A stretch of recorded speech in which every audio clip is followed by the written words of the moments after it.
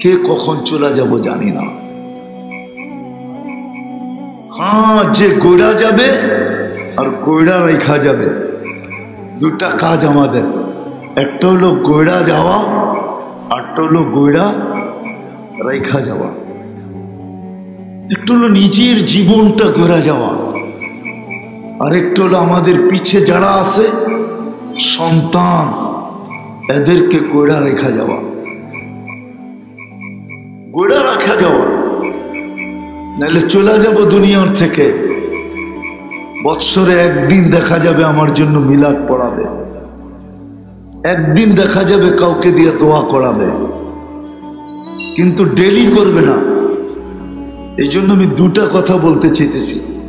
একটা হলো নিজের জীবনটাকে গোড়া যাওয়া, এছাড়া আল্লাহর কাছে পরিচয় পাওয়া যাবে না।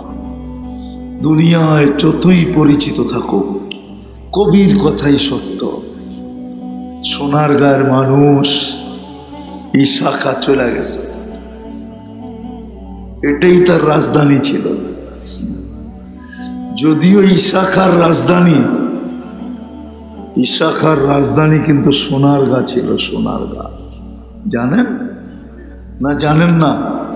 হ্যাঁ, রাজধানী ছিল ইশাখার, ক্যাপিটাল ছিল সোনারগাঁ। ইশাখা চলে গেছে, শুধু ঐতিহ্য পড়া আছে। মানুষ দেখতে আসে, প্রমোদ করতে আসে, ফুর্তি করতে আসে, কিন্তু ইশাখা নাই। ইশাখা নাই। নাম নিয়েও কেউ রহমতুল্লাহ আলাই বলে না। আজ পর্যন্ত আমি কাউকে শুনি নাই ইশাখার নাম নিয়ে কোন সোনারগাঁয়ের সন্তানকে রহমতুল্লাহ আলাই বলতে আমি শুনি নাই। আমি এখানের বহুত আলেমকে চিনি। বলুক সিদ্দিকী সাহেব ভিতর থেকে বাহির হইয়া, উনিও তো সোনারগাঁর সন্তান, ঠিক না? আরেকজন সোনারগাঁর সন্তান ছিল, চিনেন কিনা আপনারা জানি না, মৌলানা আব্দুল গফফার সাহেবকে চিনতেন? বুইরারা মনে হয় চিনত, ঠিক না? কিন্তু ইয়াং জেনারেশন চিনে না, নামও শোনে নাই কোনোদিন।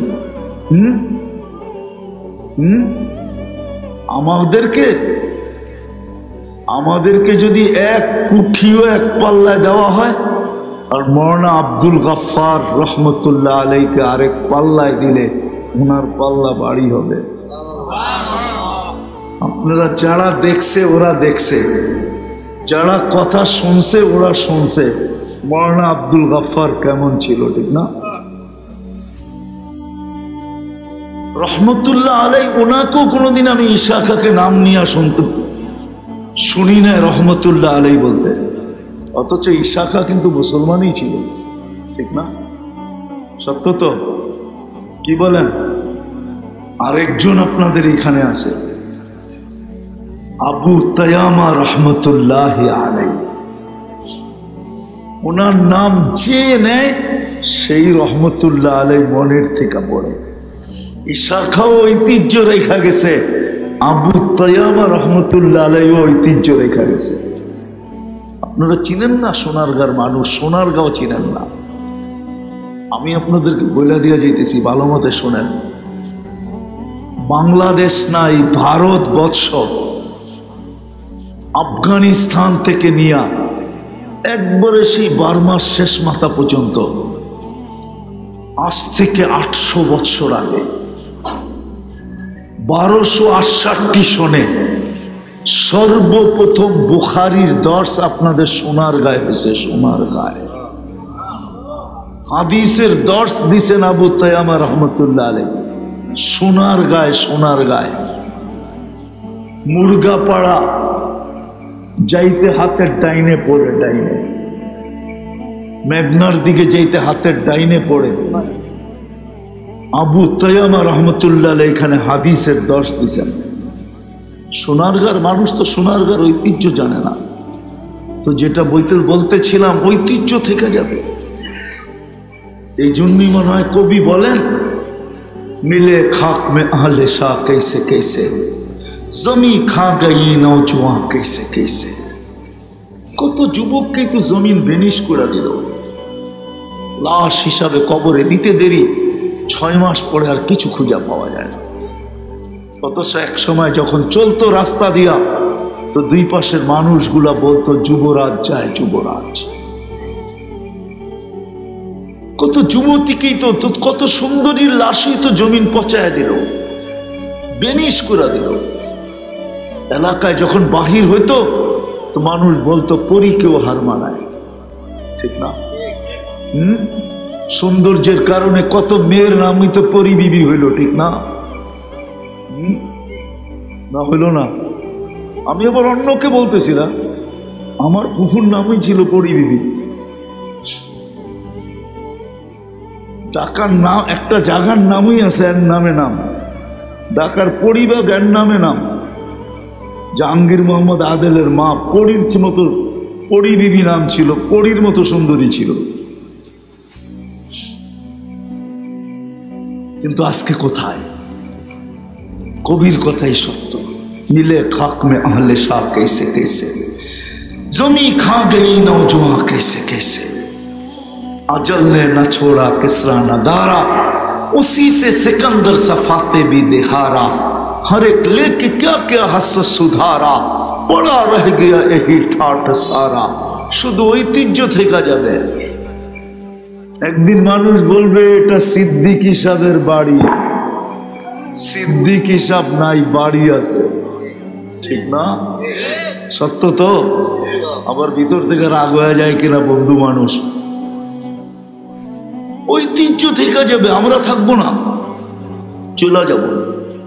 এই জন্য দুটা করণীয়, একটা হলো নিজেকে গড়া, আরেকটা হলো কইরা রেখা যাওয়া।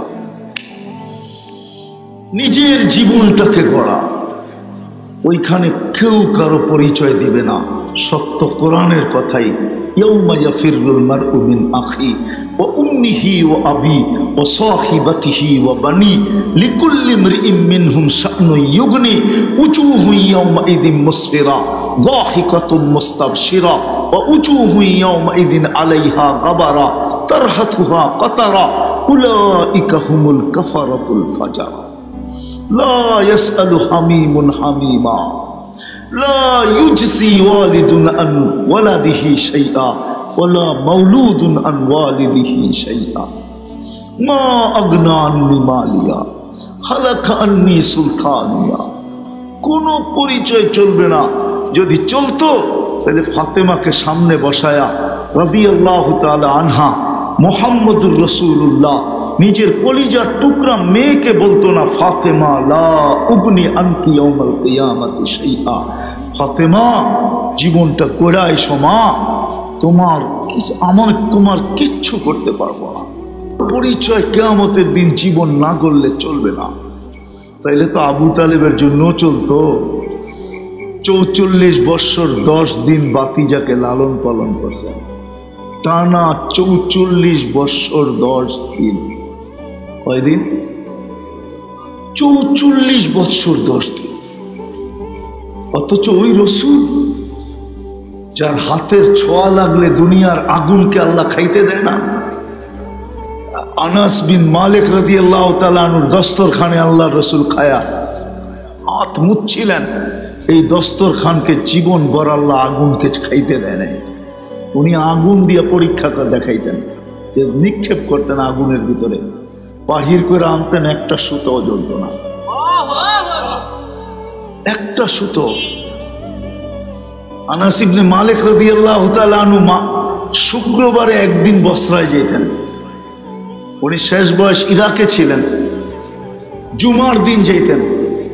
উনি যখন বসরার গেট দিয়ে ঢুকতেন তো পুরো বসরাবাসী বলতে পারতো যে আনাস ইবনে মালিক ঢুকতেছে। একদিন সবাই জিজ্ঞাসা করছে, আনাস ইবনে মালিক, তুমি এই সুগ্রাণ কোত্থেকে লাগাও?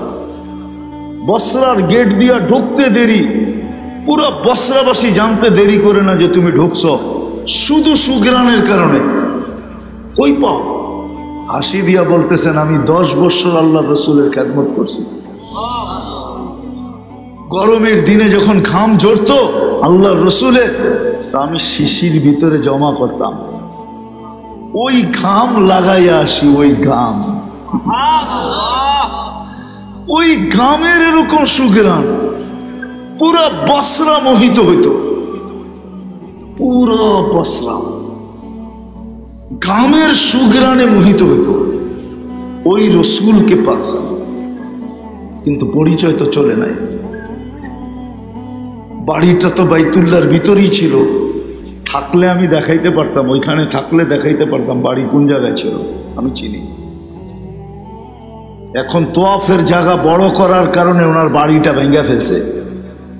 যেই বাড়িতে আবু তালেব জন্ম নিছে, যেই বাড়িতে ছিল, যেই বাড়িতে মারা গেছে, মাতাফের ভিতরে, এখন মাতাফ বোঝেন তো, যেখানে হাজিরা তোয়াফ করে নিচে, ওইখানে ছিল কবরটা খাদিজাতুল কুবরা রাদিয়াল্লাহু তাআলা আনহার পাশে। ওই কবরস্থানে, যে কবরস্থানকে জান্নাতুল মুআল্লা বলে, উপরের জান্নাত। কিন্তু আবু তালেব তো জান্নাতি না। আমি কথা গুছায় নিয়ে আসতেছি, শেষ জায়গায় চলে আসছি। আসেন আসেন, দুটা কাজ করি, একটা নিজের জীবনটাকে গড়ি, যুবক যৌবনটাকে গড়। মা বোনদেরকে বলবো নারীত্বের জীবনটা গড়ি, পুরুষকে বলবো পুরুষত্বের জীবনটা গড়ি। আর আরেকটা কাম করি, কইরা যাই, সেটা হলো যদি আল্লাহ সন্তান দিয়া থাকে, সন্তান যদি দিয়া থাকে আল্লাহ সন্তান, আমি বেশি বলবো না, লম্বা গড়ার কথা বলবো না, প্রাপ্ত বয়স্ক হওয়া পর্যন্ত ওর এই সময়টা সুরক্ষিত জায়গায় ব্যবহার করেন। যেইখানে লাগাইলে সুরক্ষিত হবে, আপনার পক্ষে সুরক্ষিত হবে, আপনার পক্ষে যেইখানে রাখলে সুরক্ষিত হবে।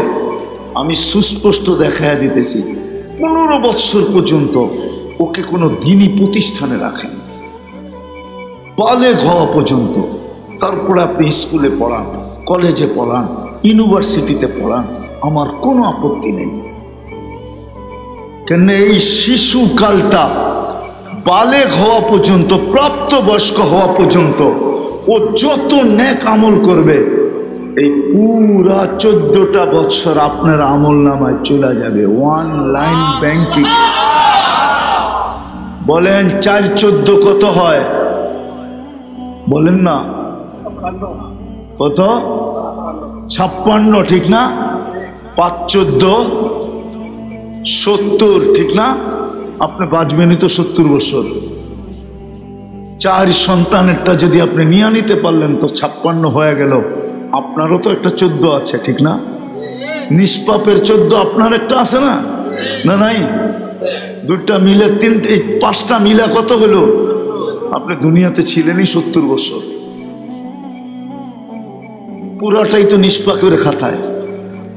এই জন্য তো আমি বলি, আল্লাহ যাকে 4টা সন্তান দিছে, আল্লাহ যদি বলে 4 সত্য কোথায় লাগাইলা এটা বলো, তারপরে আগে চলো, তোমার হিসাব দিতে হবে না। এই জন্য আমরা আপনাদের পায়ে ধরি, সন্তানকে দিন শিখায়া যান, দিনদার বানায়া যান, আল্লাহ রসুলের হুকুম। আমি আমার জীবনের কাহিনী শুনাইতেছি, অনেক দুনিয়া ঘুরছি তো। আমি থাইল্যান্ডে পড়ায় জামাতে না হলেও 20-22 বার গেছি। আমি এক জানাজায় ছিলাম একবার, বাপের জানাজা ছেলে পড়াইতেছিল, কিন্তু আল্লাহু আকবার বলতে পারতেছিল না, কান্নারে কানতে। ছেলে আলেম ছিল, কানতে কানতে কানতে কানতে বাপের জানাজা ছেলে পড়ানো, বোঝেন না, আল্লাহু আকবার বলতে পারতেছিল না, কান্নায় ভাঙ্গা পড়তেছিল। একবার বড় কষ্ট করে জোরে আল্লাহু আকবার বলে উঠছে। জানাজা শেষ, আমার মন বলতেছিল যেন বাবা মাফ হয়ে গেছে। আমি সাথীদেরকে বলতেছিলাম যে আমি জানি না, আমার মন বলে এই বাবাকে আল্লাহ শাস্তি দিবে না। ছেলে আলেম, কলিজার টুকরা নিয়ে গেছে, ঠিক না? বাপ কি কলিজার টুকরা না? মাথার তাজ না? চোখের মণি না? আজকে সমাজে নাও হইতে পারে, কিন্তু একদিন তো বাপ এটাই ছিল, ঠিক না? নিয়ে গেছে যিনি, তার বিরুদ্ধে যাওয়া উচিত ছিল, কিন্তু ছেলে কান্না ধৈরা কানছেন বটে, কিন্তু কান্না ধরা শেষমেশ কি বলছে? আল্লাহু আকবার, মালিক তুই বড়। এই যে বড়ত্বের স্বীকারোক্তি দিছে, আমার মনে হয় এই স্বীকারোক্তিতেই বাপের মাফ হয়ে গেছে। এই জন্য দুটা কাজ আমাদের করণীয়, যেখানেই থাকি না কেন জীবনটাকে বলে। গোড়া গেলে পরিচয় পাবো, পরিচিতি পাবো, ইজ্জত পাবো, সম্মান পাবো, স্থান পাবো, জায়গা পাবো। এখন আর টানার সময় নেই, নাহলে আমি আপনাদেরকে টাইনা একটা হাদিস দেখাইতাম, বড় লম্বা হাদিস, সেলুট মিলবে সেলুট। জীবনটা গড়েন না। দুনিয়ার পটুকল আর কি পটুকল, দুনিয়ার স্বাগত আর কতটুকু স্বাগত, দুনিয়ার সংবর্ধনা আর কতটুকু সংবর্ধনা। কোরআন তো বলে তাতানাজ্জালু আলাইহিমুল মালাইকা, ফেরেশতা আপনাকে গার্ড অফ অনার দিয়া নিতে আসবে। ফেরেশতা আকাশ থেকে আসবে গার্ড অফ অনার দিয়া নেওয়ার জন্য। তাতানাজ্জালু আলাইহিমুল মালাইকা, আয়েশা আশ্বস্ত করবে, আল্লাহ তাখাফু, তোমার ভয় নাই, ওয়ালা তাহজানু, তোমার কোনো চিন্তাও নাই। আমরা কে চিনো? নাহনু আউলিয়াউকুম ফিল হায়াতিদ দুনিয়া ওয়া ফিল আখিরাহ। আমরা জানি দুনিয়াওয়ালারা কবরে রাইখাই চলে আসবে, আর খবর নিবে না। আছে এখানে লোক আছে, বাপকে কবর দেওয়ার পরে আজ পর্যন্ত সুযোগ হয় না একবার বাপের কবরের পাশে দাঁড়ানো। দুনিয়াওয়ালারা কবর দিয়ে চলে আসবে, সঙ্গ দিবে না। নাহনু আউলিয়াউকুম, আমরা সঙ্গ দিব। কত দূর দিবে? জান্নাতের গেট পর্যন্ত দিবে।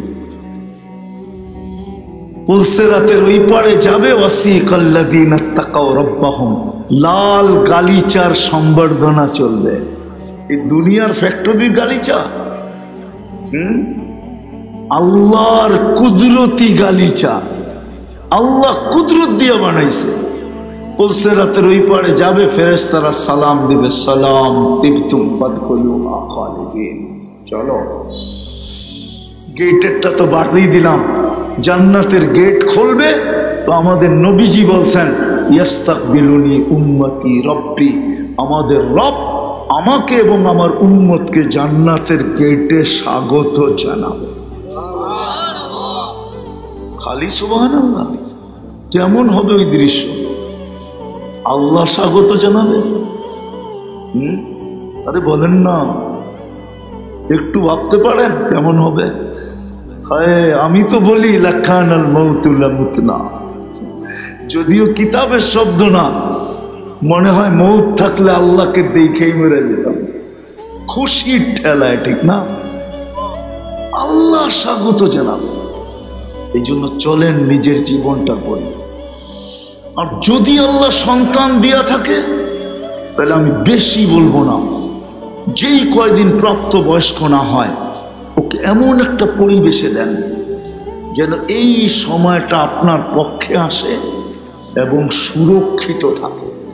আর আমার বিশ্বাস, কসম, আমাদের মক্তবে যে ছেলেটা পড়বে, 3 বছর নুরানি যেই ছেলেটা পড়বে, আমার বিশ্বাস, আমরা নুরানি দেখি তো, চাই নুরানি বোর্ডের পড়ুক, চাই হাটহাজারি বোর্ডের পড়ুক, যে 3 বছর পড়বে, আমার বিশ্বাস ও জীবনের যেই পর্বেই বাবার জন্য হাত উঠাবে, কোরআন সহি শুদ্ধ পড়বে, দোয়া সহি শুদ্ধ পড়বে।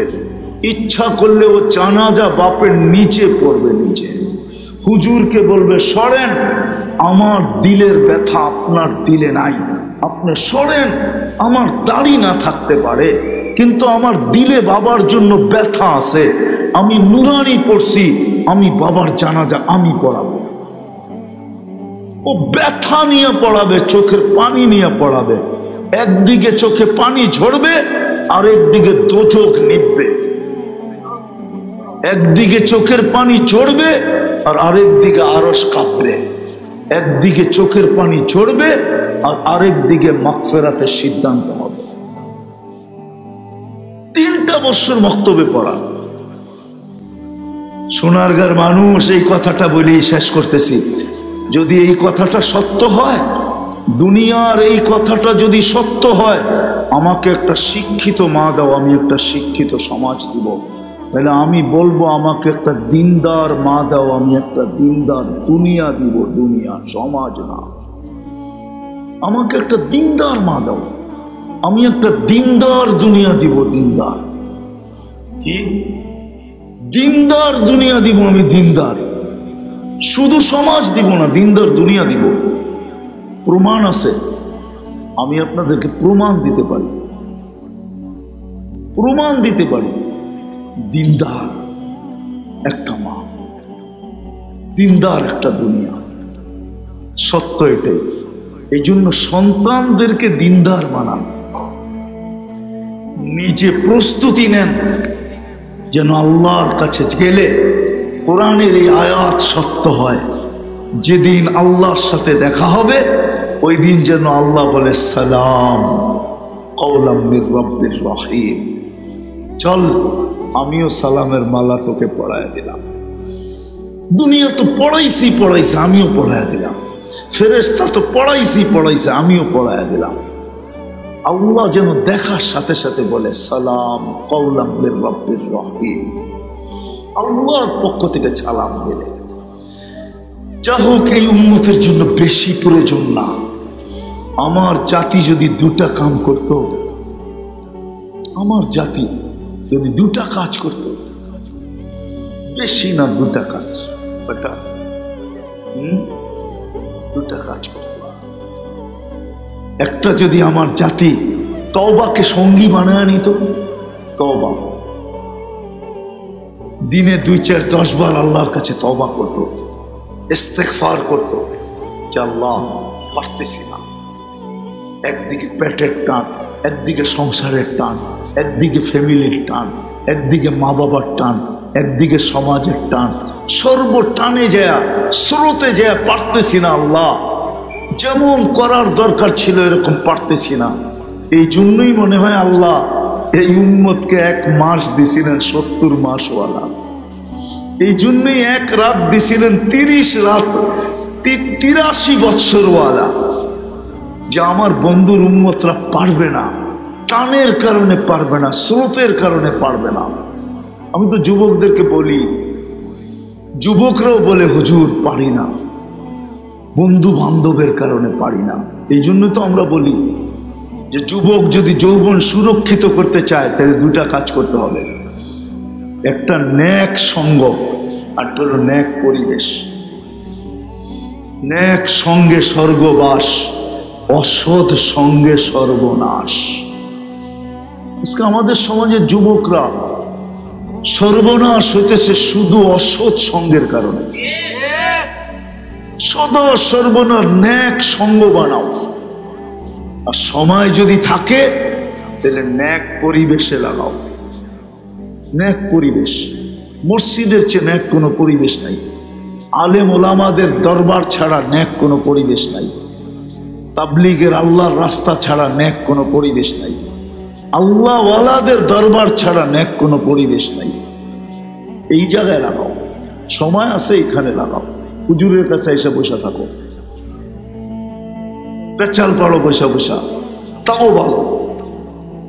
যদি যৌবন সুরক্ষিত করতে চাও তাহলে দুটা লাগবে, নেক সঙ্গ আর নেক পরিবেশ।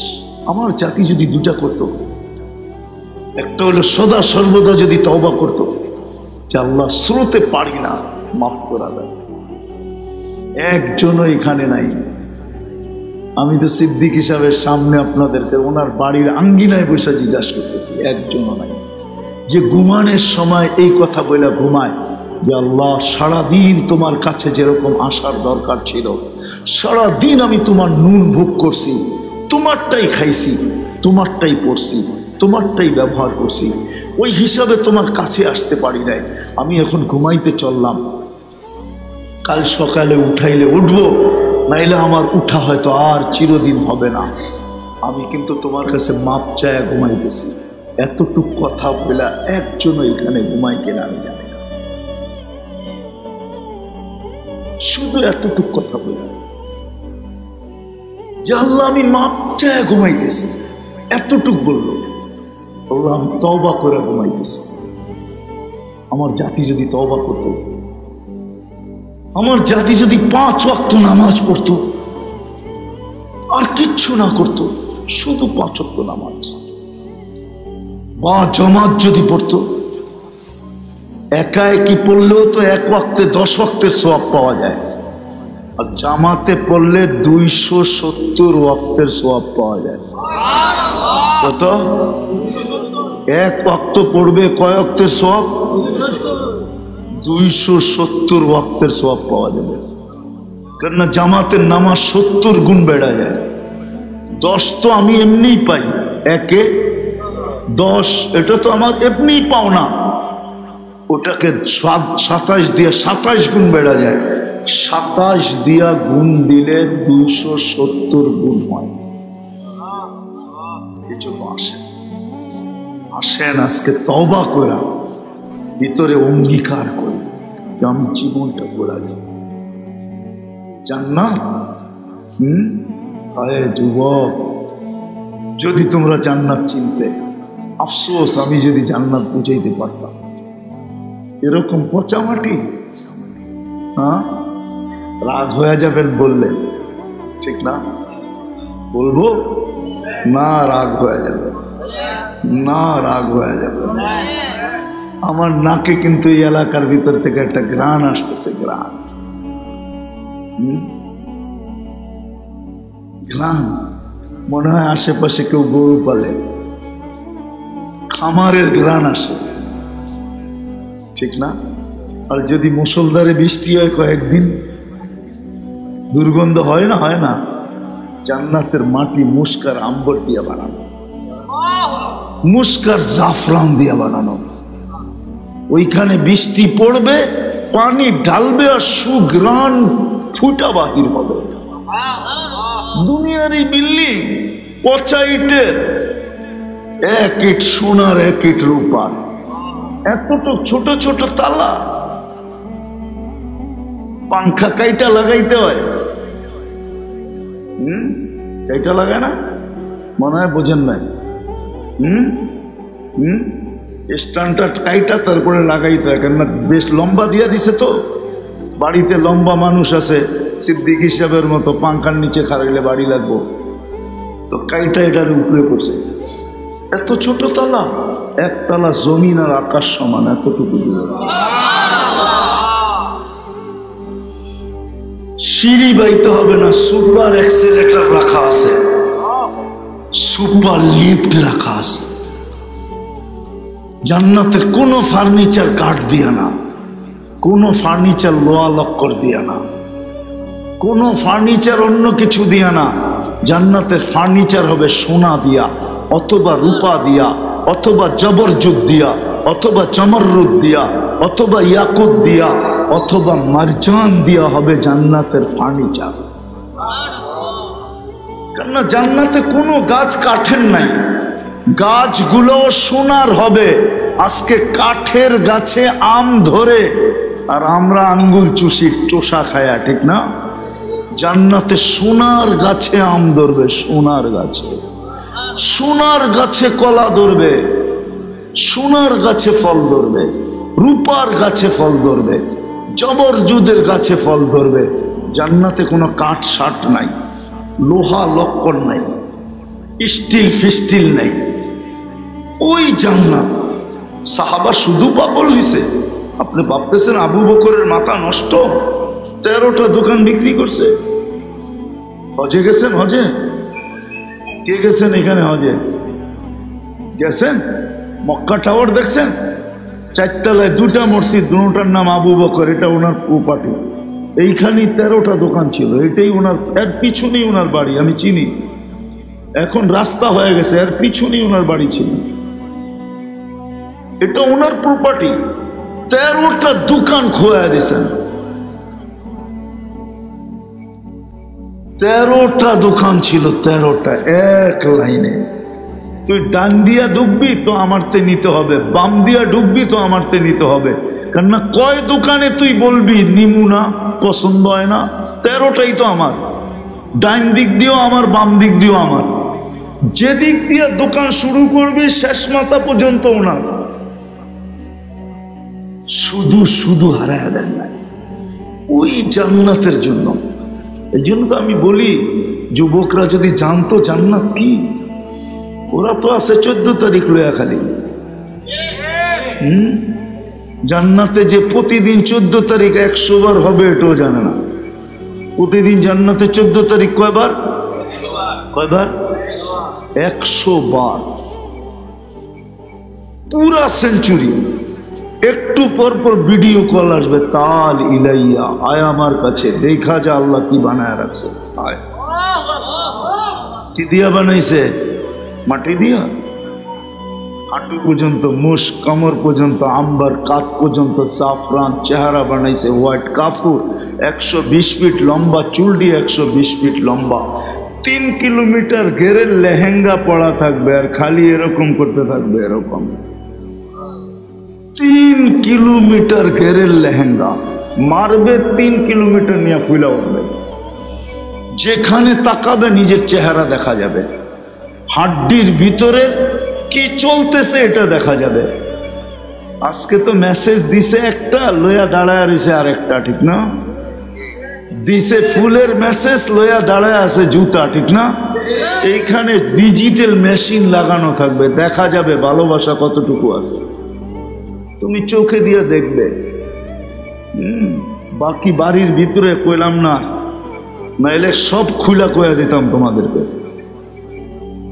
দেখি আবার কখনো আসলে খুলা কওয়া যায় কিনা, ময়দান হইলে খুলা কওয়া যাবে যে আল্লাহ কি বানায় রাখছে। পারি আমি যুবক, যদি তোর ভিতরে দিল থাকে আর মনোযোগ থাকে, আধা ঘন্টায় তোরে নাচায় ছেড়ে দিন। রাত্রে খালি যে বালিশ কামড়াবি, কবে মরবু, কবে জামু আর কবে পাবো। ওই জান্নাত বানায় আল্লাহ রসুল চোখে দেখা আসছে। এই জন্য আসেন আজকে তওবা করে 2টা কাজের অঙ্গীকার করি, যে নামাজ আজকের থেকে ছাড়বো না, পাক্কা। জীবনটা গড়ব পাক্কা। আর যদি আল্লাহ সন্তান দিয়া থাকে তাহলে ওর 14 বছর আমি কোথাও যাইতে দিব না। আমি তো ওই পরিবেশে দিব, বাড়ির কাছে মহিলা মাদ্রাসা, মেয়েদেরকে দিয়া দেন না। বলেন মা তুই নুরানিটা কমপ্লিট কর, তারপরে তোকে স্কুলে পাঠাবো। আমি স্কুলের বিরুদ্ধে না, কলেজের বিরুদ্ধে না, ইউনিভার্সিটির বিরুদ্ধে না, কিন্তু মাখনটা আপনি নিয়ে নেন, তারপরে যাক না। কিন্তু আমারও বিশ্বাস যে ছেলে মেয়ে একবার মক্তবে পড়বে, কমসে কম 14 বছর পর্যন্ত দিনী পরিবেশে থাকবে, ইনশাআল্লাহ সুম্মা ইনশাআল্লাহ জীবনের কোনো পর্বে হারাবে না। জীবনের কোনো পর্বে যায় হারাবে না, কোনো দেশে যেও হারাবে না। কারণ আমরা দুনিয়া ঘুরি, তো আমার কাজই তো দুনিয়া ঘুরা। আমি তো 99টা দেশ দেখা ফেলছি, 60টা মহাদেশ দেখা ফেলছি। বললাম না, এক এক দেশে 12 বার 14 বার 15 বার 20 বার গেছি। আমার ঘুরার অভিজ্ঞতায় আমি বলতেছি, হারাবে না, হারাবে না, কোনোদিন হারাবে না, হারাবে না।